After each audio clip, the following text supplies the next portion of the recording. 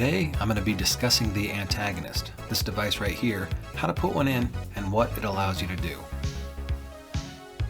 The Antagonist is a collaborative effort between Buttercade and BitBang Gaming, and it reverses your joystick inputs at the touch of a button. But before we look at its capabilities, let me walk you through the install.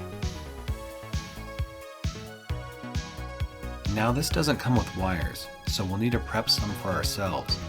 I just cut and stripped a few inches of 22 AWG wire, a red for power and black for ground, and I did the same with 2 strands with the quick disconnects.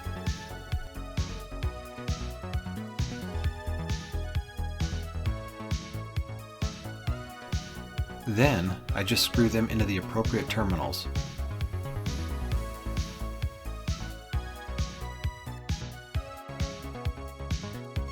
Next, we need a stick to equip this button in.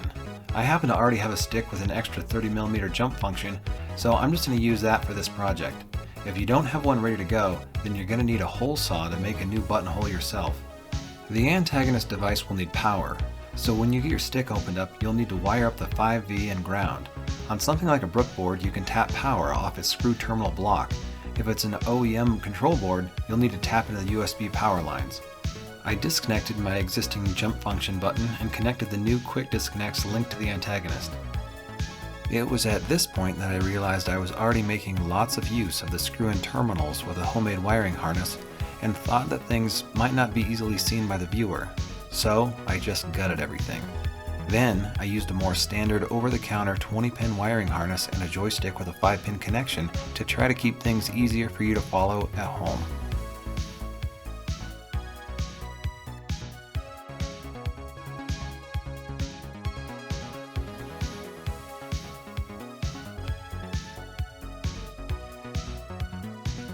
The 5-pin joystick hookup coming off your 20-pin wiring harness should connect into the Antagonist.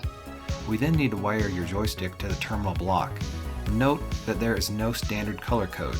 The harness for a joystick is usually colorful, but the color code highly depends on how the joystick is mounted.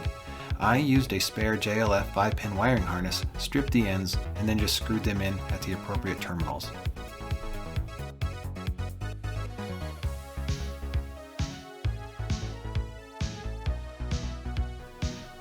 Then, when you connect it to your console or PC, you should see that the light has power.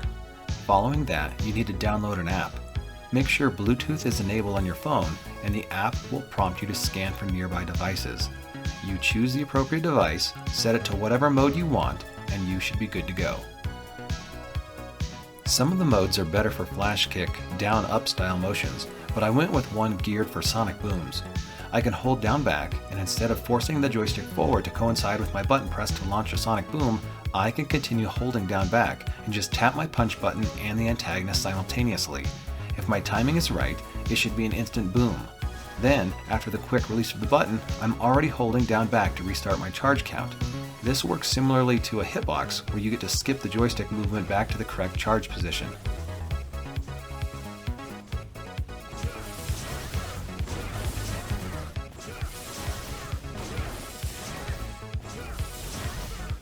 Doing Guile's critical art just requires 2 presses of the Antagonist before the punch for an extra fast super. And of course, it works on both sides. You want Bison destroyed, don't you?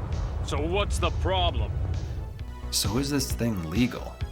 The answer is mostly, but it depends on the tournament. It's been used at various locals across the US for months. Next Level actually bought a stock of them to install on local players' sticks, and reading any and all rule books, it really only breaks CPT norms, because at those events, the maximum number of directional command inputs allowed on any controller is 4, and it is prohibited to put the same command into multiple buttons. It should be legal everywhere else though.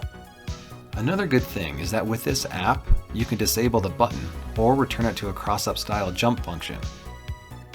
I couldn't get it to do much for a character I actually play, but if I was a Guile main, I would definitely be up for using this at non-CPT events where it was allowed. It would certainly make creative SF6 combos like Fight Element's perfect boom loops more attainable for most players.